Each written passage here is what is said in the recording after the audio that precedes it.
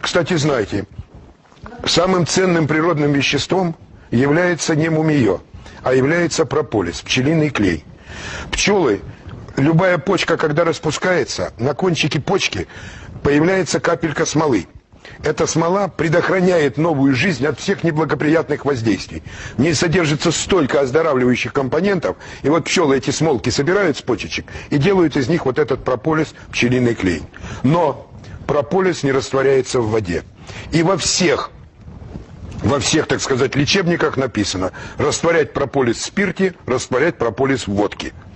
У нас в Институте органической химии взяли анализ прополиса и спиртовой настойки. Ахнули. 60% самых целебных веществ спирт убивает сразу.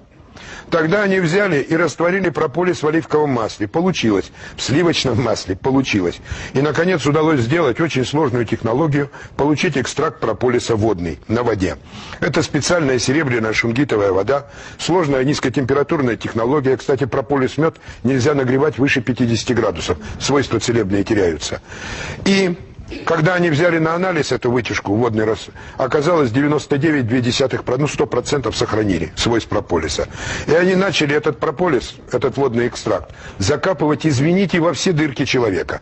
При закапывании в нос профилактика лечения носоглотки. В рот, в зубы, полость рта, горло, пищевод, желудочно-кишечный тракт. В уши великолепный результат. По женской части орошения прекрасно. Всякие геморрои великолепно. Но особенно удивительные результаты у нас получились, когда мы применили при восстановлении зрения. Мы первые его начали применять. Прополис, помимо уникального набора свойств, для нас обладает еще 3 уникальнейшими свойствами. Это один из самых мощных природных адсорбентов. Он лучше, чем алоэ, из клеток и из органов шлаки на себя тянет. Раз. Второе. Он оказался уникальным природным бактерицидом. Прополис убивает более 200 болезнетворных микробов, бактерий, грибков, при этом не убивает ни одной полезной бактерии. Вот пчелы за 100 миллионов лет сделали лекарство, которое убивает плохое и не трогает, оставляет живым хорошее. И третье его свойство. При приеме внутрь и всасывании в кровь прополис оказался мощнейшим антисклеротическим препаратом. Прочищает микрокапилляры сосудов мозга и глаз. Кстати, память очень резко улучшается.